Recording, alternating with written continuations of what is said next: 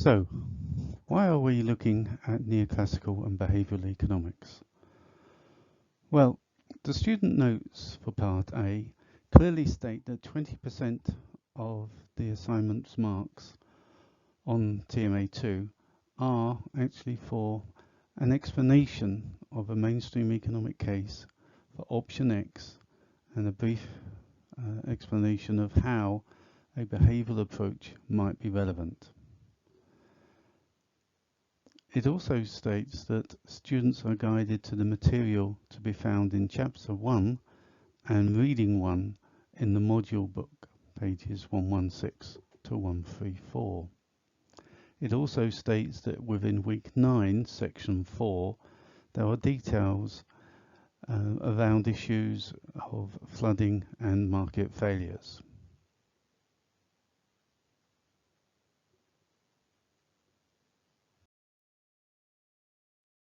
So we'll start with a brief history of economic ideas. Firstly, there was classical economics.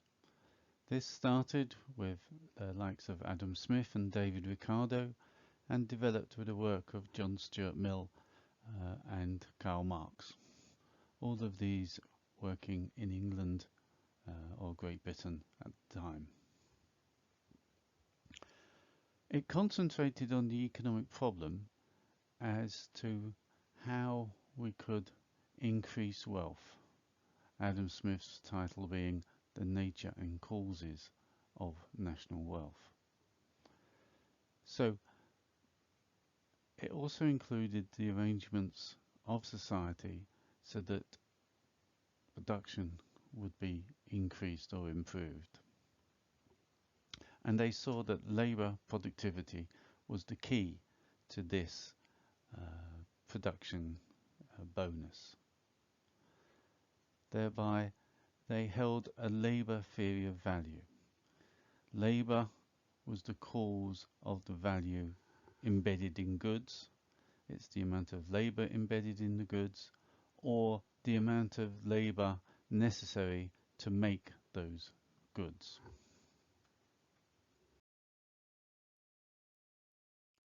Neoclassical economics, by comparison, was a marginalist and intentionally mathematical development of classical economics.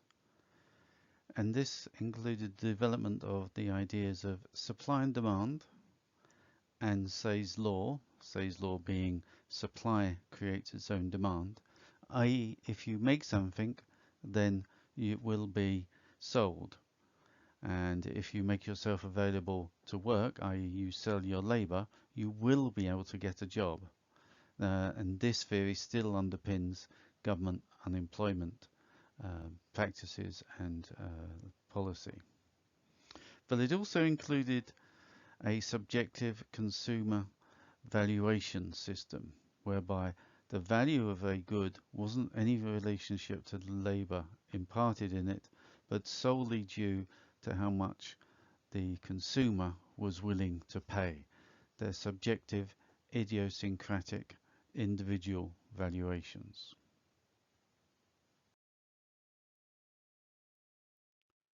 Neoclassical economics sees the main economic problem as how to meet people's demands. It was effectively a reaction to the perceived threats of economists such as John Stuart Mill and Marx. John Stuart Mill was the world's leading economist before neoclassical economics, but he had concluded famously that social means of production, or effectively socialism, was the most productive form of production, and that it should be, to quote him, adopted as soon as possible. Initially, neoclassical economists included the likes of Alfred Marshall, Maynard Keynes in the United Kingdom, and John Bates Clark in the United States. Laterly, Milton Friedman and Gary Becker are prime examples of neoclassical economists.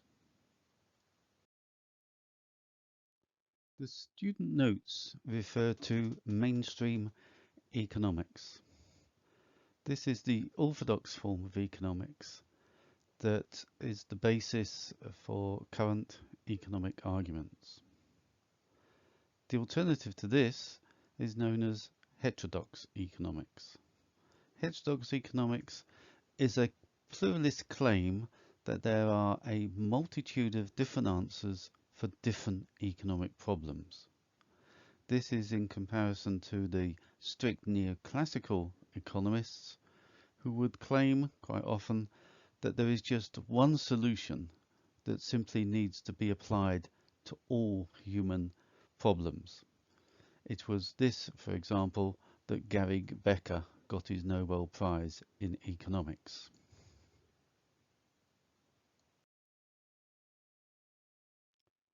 So, it's reasonable to ask, why did neoclassical economics become so dominant?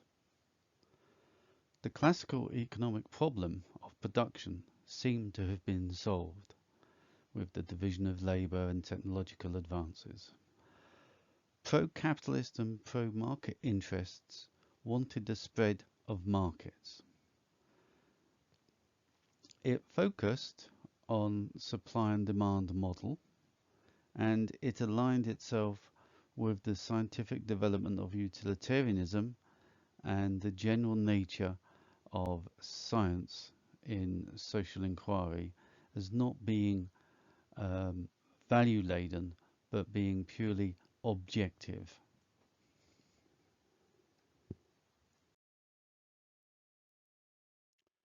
Neoclassical economics is built on numerous assumptions that predict that there will be market efficiency. For example, the assumption that individuals behave rationally and that markets are broadly in equilibrium. Preference and goals are given, they're not part of the model. Everyone knows what they want and is always consistent in their wants. And optimized by action that will lead them to the most preferred outcomes.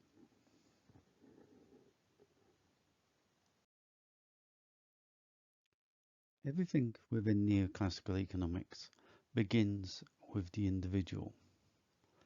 The individual's actions align with precise cognitive and behavioral assumptions. So for the purpose of this assignment, we need to think about what these assumptions are, these behavioral assumptions particularly. Everyone's welfare is measured by everyone by the satisfaction of their preferences. This necessarily, it is argued, leads to consumer sovereignty, where everything that is produced is the result of consumer or customer demand and requirements. Consumer purchases, thus, are viewed as votes for more production. This necessarily results in the best of all possible worlds, if that can be believed, particularly if we have perfect competition.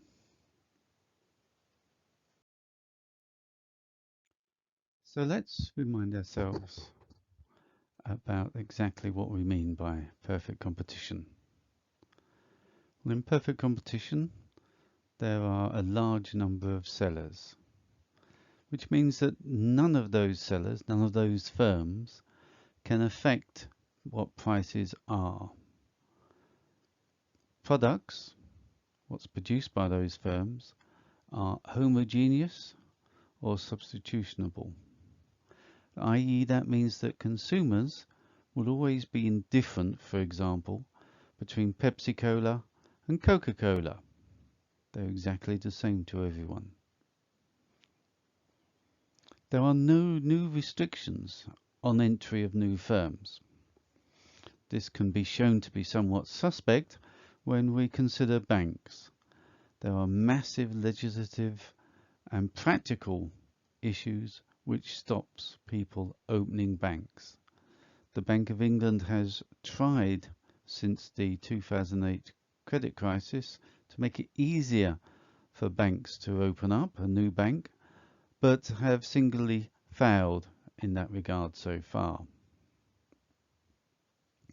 Perfect competition is very good for customers or consumers because it means that prices are kept to the minimum possible. But they're very bad for producers, for firms, because in perfect competition, the rate of profit is zero. If there is a large number of sellers all competing to sell for the lowest price possible, then there's no margin to make any profit. Profit for a firm is only possible when there is no perfect competition, i.e. imperfect competition. In perfect competition, though, there's only one decision for firms: how much to produce and sell at the market price, which is given, i.e. determined, by the market. That market price being determined by the laws of supply and demand.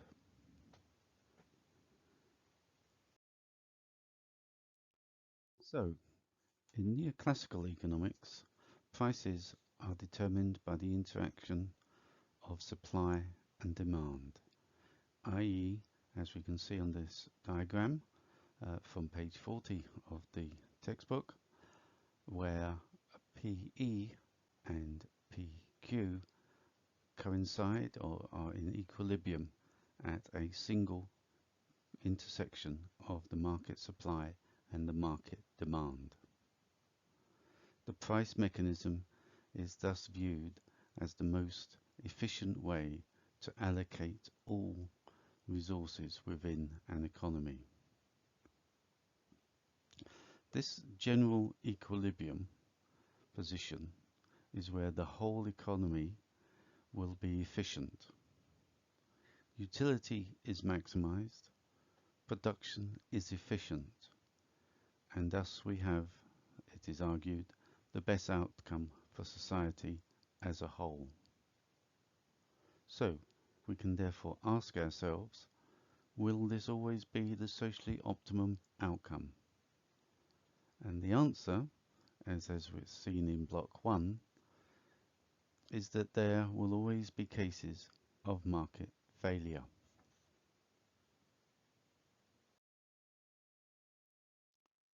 So it can be seen that neoclassical economics has a rather narrow scope. This is partly because of the increased use of maths and calculus. Its increase in deductive abstract reasoning. It is seen to be applicable to all markets and therefore has to be rather general. It is marked or assumed that there is economic stability and equilibrium. So things like COVID or financial crashes are seen as shocks and therefore outside the model. It is modeled according to marginal analysis, and we'll have a slide subsequently about what we mean exactly by that marginal analysis. But it basically means it focuses on incremental adjustments rather than shifts.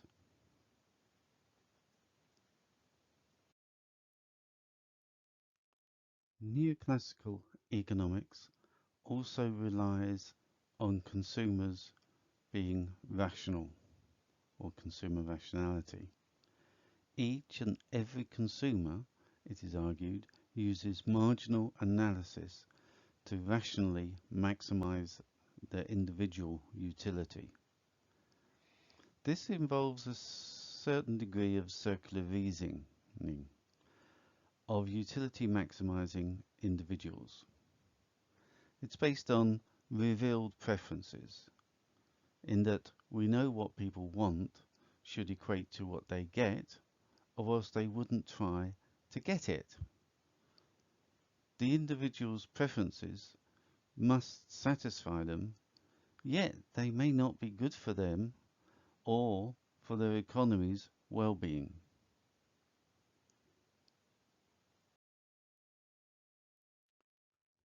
So, we have some fundamental problems with consumer rationality and neoclassical consumer theory. Firstly, consumer rationality means that consumers' preferences are likely to result in them not maximizing their utility. And even if they do, these may not be good for them or good for everyone in our economy. Secondly, firms' attempts to shape consumer demand. We find that firms try to bias consumers so to lead them to purchases that are not maximizing. And thirdly, budgets, consumer budgets, are unlikely to allow them to maximize their utility.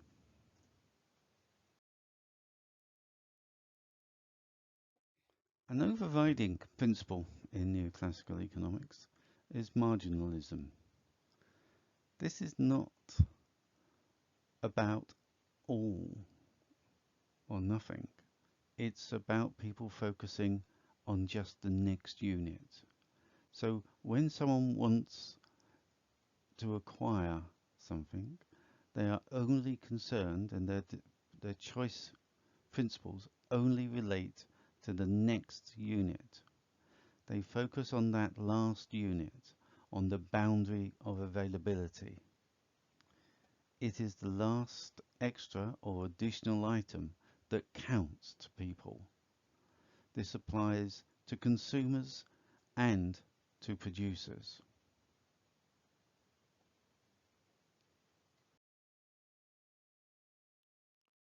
Market failures. In the 1890s, the most famous uh, economist was the Briton Alfred Marshall, working at Cambridge. He identified what became known as market failures existing in the economy. So he asked, what are market failures and why were they important? So what we have to ask for this assignment, as it were, is which market failures are we concerned with in flood risk assessment?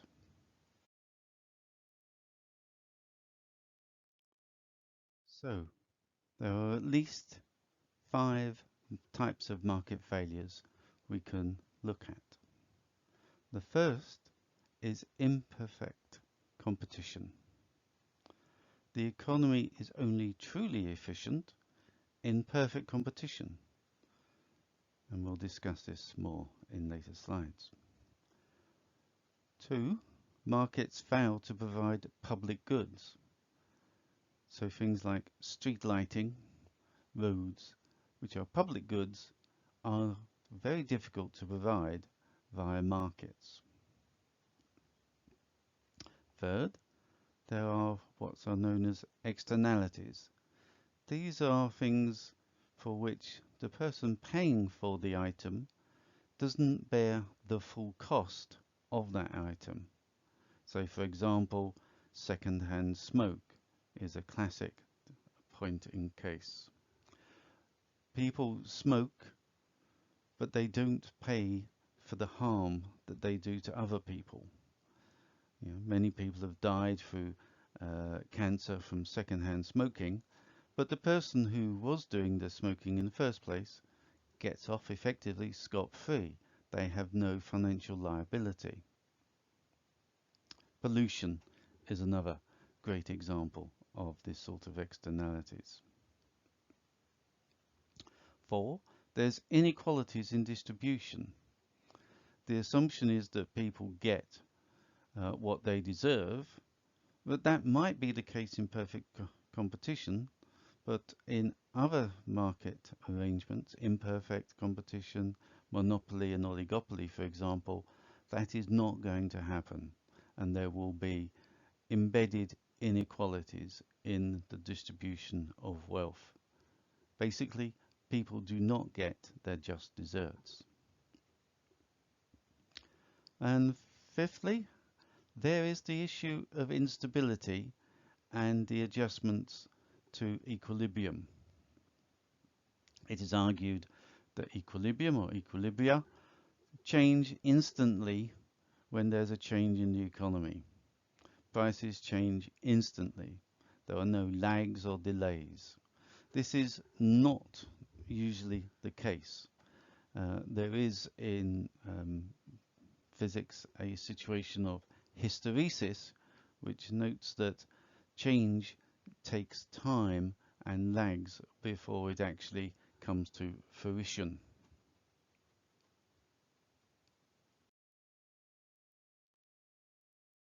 So, is there a problem? Well, with pure neoclassical thinking, there should indeed be very few problems. Firms will not build inappropriate homes on floodplains because consumers would not buy them if they were unsuitable. Homes are only built on floodplains because consumers want them there. So there's very little action necessary in terms of regulation or on behalf of the government, or for the government to have a policy in regard. That is, if we assume there is perfect competition. So let us start looking at behavioral economics, which uses psychological experimentation to develop theories about human decision making, and as such has identified a range of biases as a result of the way people think and feel. People's decision making isn't as rational as we would theorize, and people are riddled, as it were, with biases. Behavioral economics is trying to change the way economists think about people's perceptions of value and expressed preferences.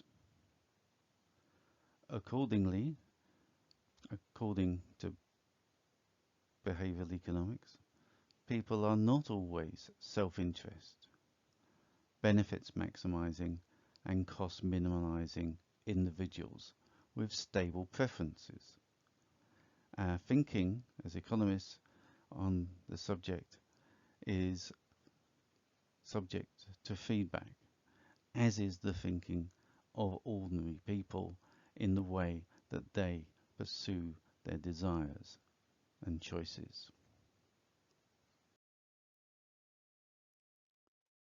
So let us compare neoclassical and behavioral economics. For neoclassicals, rational human behavior follows strict patterns. However, in reality, it is usually found that actual human behavior is rarely so uniform or consistent. We don't always do the same thing, we don't always want the same thing, we don't always feel the same, we don't always want the same goods. Hence, behavioral economics seeks to understand why people do not always behave rationally. People do not seem to act as neoclassical economists claim that they should. And we have to ask whether this is really surprising.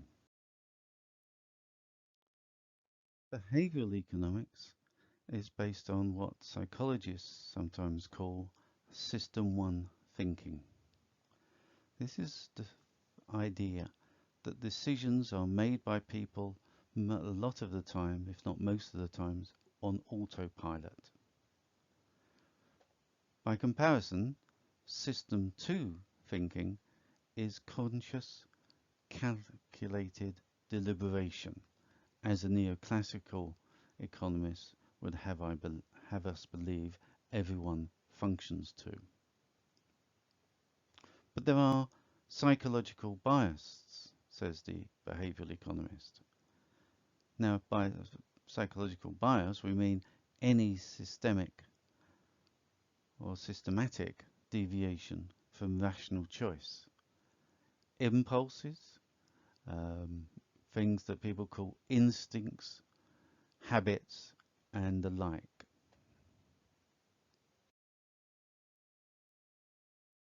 An important concept within behavioral economics is that of bounded rationality.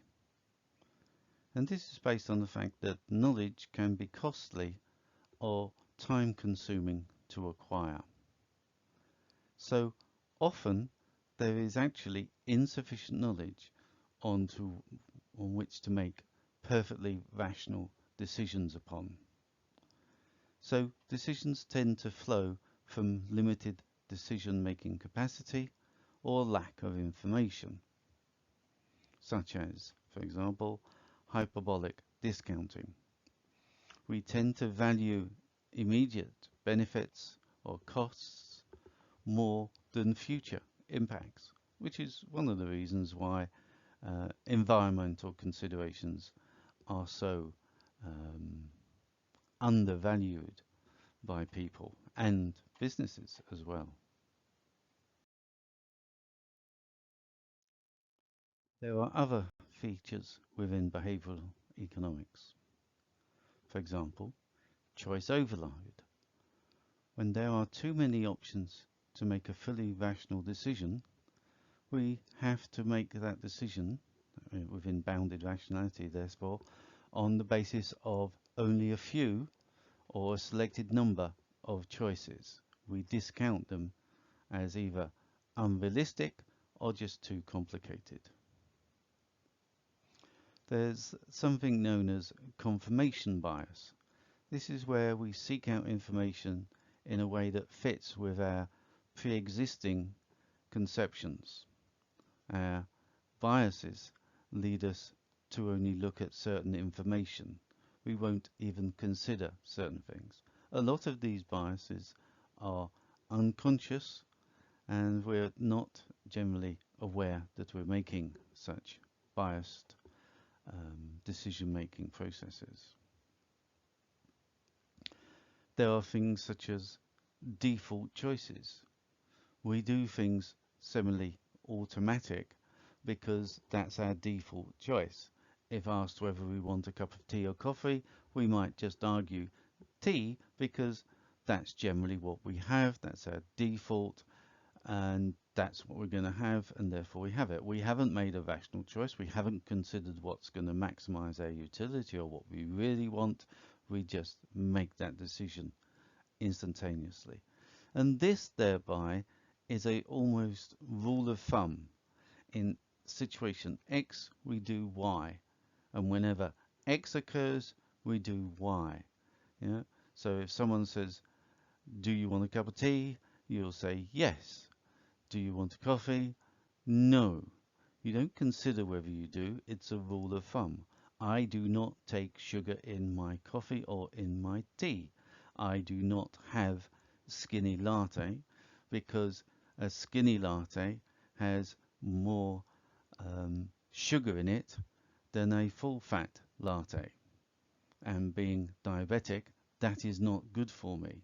There are more calories in a skinny latte than there are in a full fat latte because of the sugar content, and therefore as a rule of thumb I don't have it. But as a rule of thumb, a lot of people will have a skinny latte because the term skinny latte implies to them that it's healthier, and for some people it may well be, but me personally it is not. We have different rules of thumb.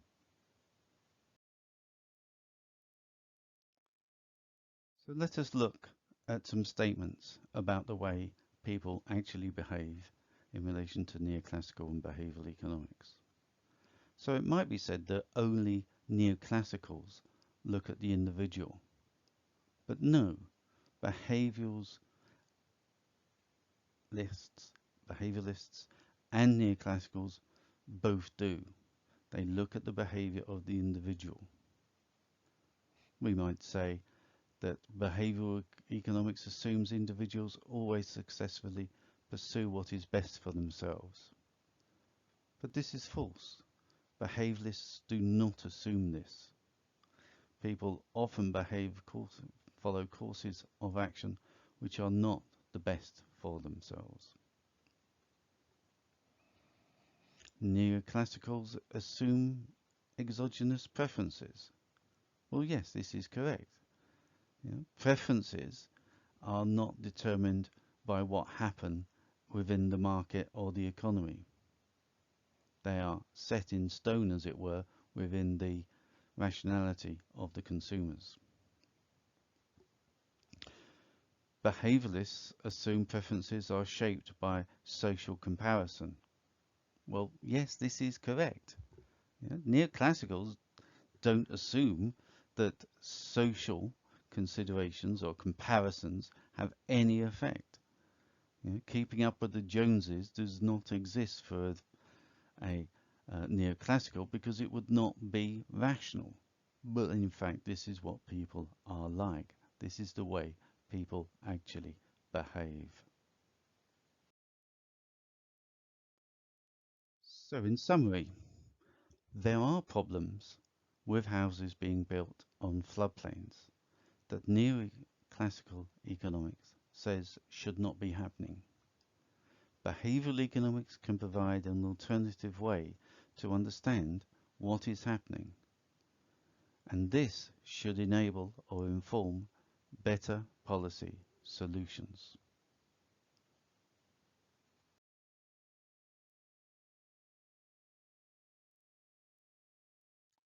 Okay, so if you have any problems or questions regarding the material in this presentation, you can contact me, Dr. Fred Day, at fred.day@open.ac.uk, or you can use and start a forum discussion upon the subject, and that your colleagues, your fellow students, take advantage of your opinions and your thoughts, and possibly give you some solutions for their thoughts.